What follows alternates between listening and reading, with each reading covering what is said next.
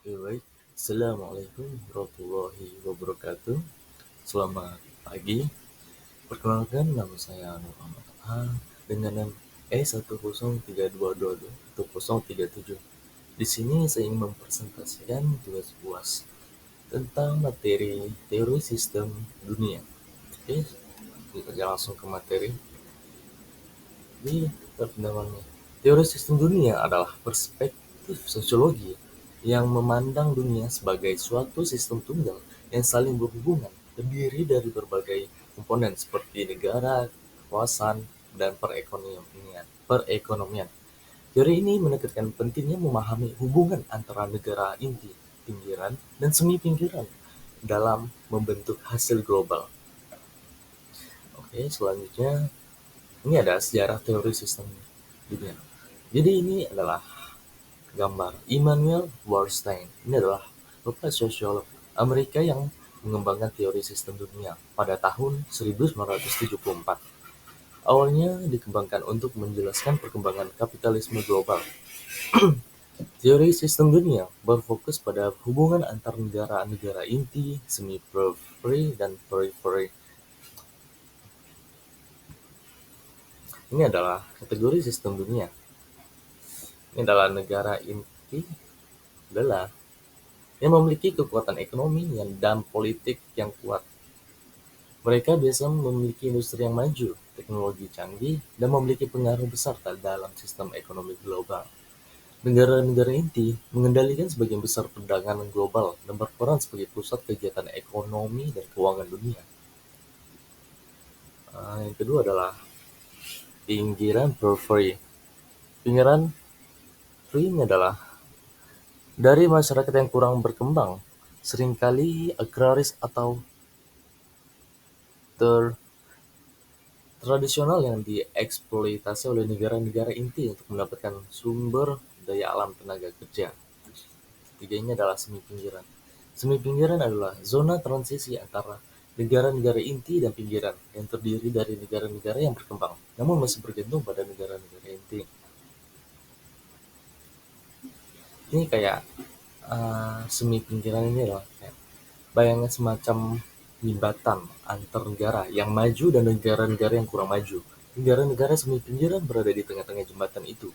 Mereka telah memulai proses pembangunan ekonomi dan sosial, tetapi mereka masih membutuhkan bantuan dari negara yang lebih maju dan hal teknologi, investasi, dan pasar.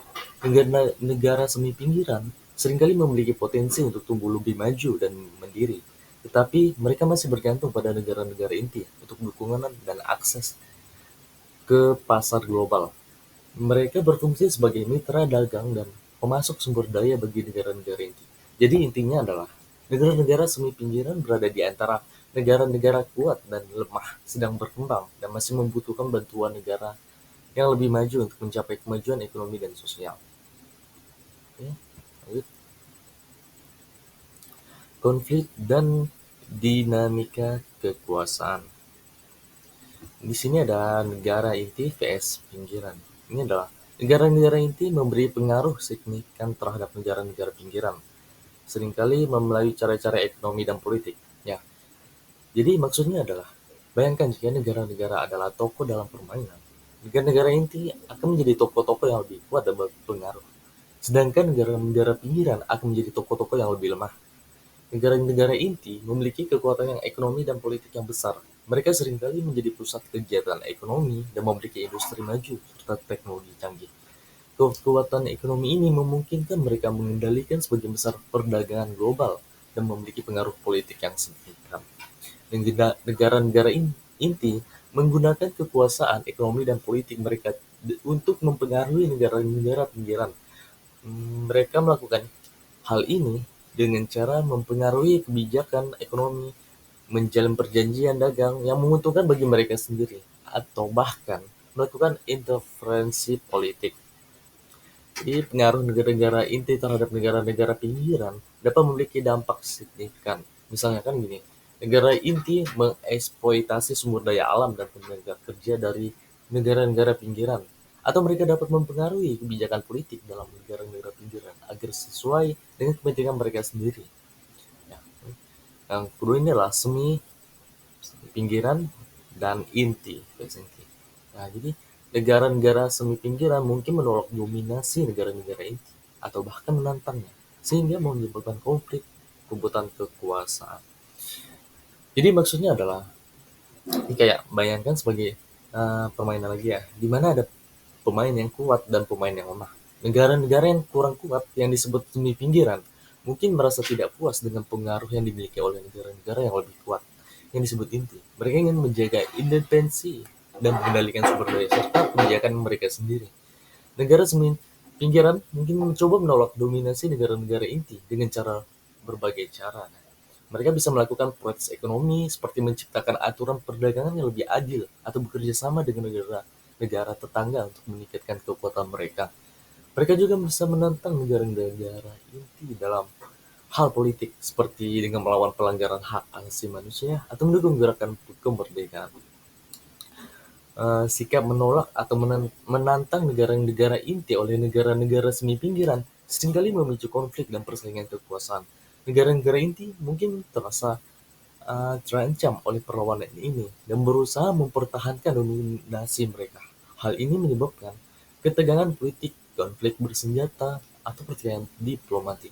Ya, jadi semi pinggiran vs inti adalah situasi di mana negara-negara yang kurang kuat berusaha melawan atau menentang dominasi negara-negara yang lebih kuat. Perseteruan ini bisa menyebabkan konflik dan persaingan kekuasaan dalam sistem dunia. Oke. Ini adalah globalisasi dan sistem dunia. Ya, ini adalah globalisasi telah meningkatkan aliran barang dan jasa dan modal antar negara yang pada gilirannya menciptakan peluang baru untuk pertumbuhan dan pembangunan ekonomi. Ini berarti bahwa negara-negara sekarang dapat dengan lebih mudah melakukan perdagangan dan berinvestasi di pasar global. Hal ini dapat membuka peluang bagi pertumbuhan ekonomi yang lebih cepat, meningkatkan akses ke teknologi dan inovasi, serta memperluas pasar untuk produk dan jasa. Namun, sementara globalisasi memberikan manfaat ekonomi, ini juga dapat memperburuk kesenjangan yang sudah ada dan menciptakan bentuk-bentuk eksploitasi baru. Salah satu contoh eksploitasi yang muncul adalah praktik tenaga kerja murah di negara-negara pinggiran. Dalam upaya untuk mengurangi biaya produksi, perusahaan seringkali memindahkan produksi mereka ke negara-negara dengan upah rendah. Hal ini dapat mengakibatkan kondisi kerja yang buruk, perlakuan yang tidak adil, dan upah yang rendah bagi pekerja di negara-negara tersebut. Selain itu, globalisasi juga dapat meningkatkan kesenjangan ekonomi antar negara-negara kaya dan miskin. Negara-negara yang lebih kuat secara ekonomi seringkali dapat memanfaatkan globalisasi untuk keuntungan mereka sendiri, sementara negara-negara yang pinggiran dapat terjebak dalam ketergantungan dan kesulitan ekonomi. Jadi, globalisasi memiliki potensi untuk meningkatkan pertumbuhan ekonomi melalui perdagangan dan investasi lintas batas. Namun, dampak negatif eksploitasi tenaga kerja murah dan meningkatnya kesenjangan ekonomi juga perlu diperhatikan dalam konteks globalisasi. Lanjut, ini ada implikasi dan kritik. Teori ini kerangka memahami hubungan antara inti, pinggiran, dan semi pinggiran, dan bagaimana hubungan tersebut namun mendengarkan kompleksitas isu-isu akan memberikan variasi lokal dan regional. Di penerapan dan arah masa depan ini ialah teori sistem dunia telah diterapkan di berbagai bidang termasuk ekonomi, politik, sosiologi, dan studi lingkungan. Yang kedua adalah arah penilaian di masa depan mungkin mencakup eksplorasi dampak teknologi digital terhadap sistem dunia, peran aktor non-negara dalam tata kelola global, dan potensi struktur global alternatif yang lebih adil.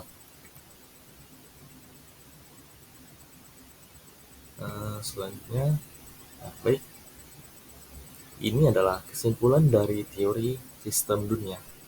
Ini adalah bahwa untuk memahami hubungan antara negara-negara inti, pinggiran, dan semi pinggiran dalam membentuk hasil global, Dalam rangka mencapai tatanan global yang lebih adil dan setara, kita perlu menyadari dinamika kekuasaan dan konflik dalam sistem dunia. Dengan memahami hubungan antar negara-negara inti, pinggiran, dan semi-pinggiran, kita dapat melihat bagaimana negara-negara yang kuat mempengaruhi negara-negara yang lebih lemah, dan bagaimana hal ini mempengaruhi hasil global.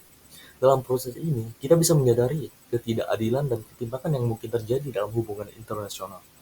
Dengan menyadari dinamika kekuasaan dan konflik dalam sistem dunia, kita dapat berupaya menciptakan tatanan global yang lebih adil dan setara. Ini bisa melibatkan upaya untuk mengurangi kesenjangan ekonomi antar negara-negara, memperjuangkan hak asasi manusia, atau mempromosikan perdagangan yang adil dan saling menguntungkan. Dengan demikian, kesimpulan ini menunjukkan bahwa pemahaman tentang hubungan antar negara-negara inti, pinggiran dan semi-pinggiran, serta kesadaran terhadap dinamika kekuasaan dan konflik dalam sistem dunia dapat menjadi landasan bagi upaya kita dalam menciptakan tatanan global yang lebih adil dan setara. Demikianlah presentasi dari saya. Sekian, terima kasih. Wabillahi taufik walhidayah. Wassalamualaikum warahmatullahi wabarakatuh.